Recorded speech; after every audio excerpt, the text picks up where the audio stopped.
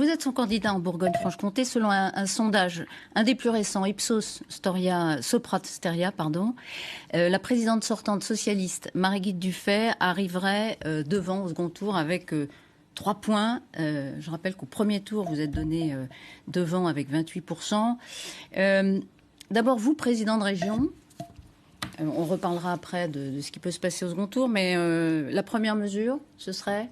La première mesure, c'est de faire de la sécurité une compétence régionale.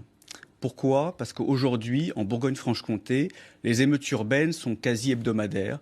Le nombre d'agressions physiques a explosé, le nombre de cambriolages, le nombre de vols avec armes, et tout ça, c'est intolérable. Et moi, j'ai entendu et je vois bon nombre de Bourguignons et de Franc-Comtois, et notamment les plus jeunes, les plus précaires, qui aujourd'hui ne supportent plus, non pas ce sentiment, comme le dit le président de la République, mais véritablement cette réalité angoissante qu'est l'explosion de l'insécurité dans l'espace public, dans les gares et dans les transports. Vous l'avez dit, c'est pas une compétence, on vous le dit tout le temps, on le dit, c'est pas une compétence de la région. Donc dans ce cadre de non-compétence, vous faites quoi ? Alors déjà, je tiens à dire que ce n'est pas une compétence pour ceux qui ne veulent rien faire. La santé n'était pas une compétence régionale avant la crise sanitaire. Oui, vous avez ça l'est devenu. Et les régions ont commandé des masques, ça l'est devenu, exactement. Alors sur la sécurité. Et la sécurité, qu'est-ce que vous pouvez faire ? Quelle est votre marge de manœuvre ? On peut faire beaucoup de choses. Déjà, je souhaite, à mon arrivée aux responsabilités, organiser de grandes assises de la sécurité avec les services nationaux, avec les préfets, avec les collectivités locales, avec les associations de citoyens, pour mettre tout à plat, pour voir les besoins, les effectifs, les matériels. Ensuite, je souhaite porter assistance aux victimes, les victimes de l'insécurité qui sont nombreuses,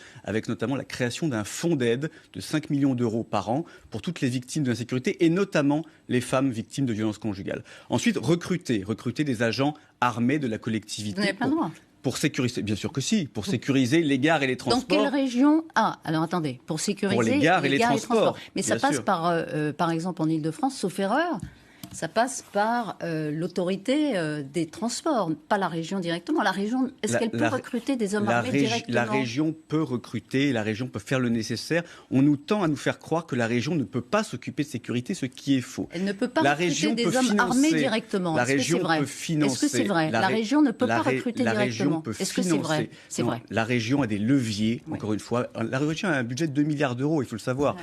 Elle peut financer des polices municipales. Elle peut développer la vidéoprotection. Elle peut notamment, avec les aides qu'elle apporte dans le cadre de la politique de la ville, mettre des critères extrêmement précis, extrêmement concrets pour assurer la sécurité. Elle peut notamment assurer la sécurité des exploitations agricoles, des petits commerces et surtout renforcer les effectifs de police nationale et municipale avec donc des équipements. Tout ça, la région peut le faire. Donc en fait, par le biais de financement des communes, des entreprises de transport, vous voulez renforcer la sécurité et sur la voie publique et dans les transports. Effectivement, là, les transports, c'est une compétence de la région.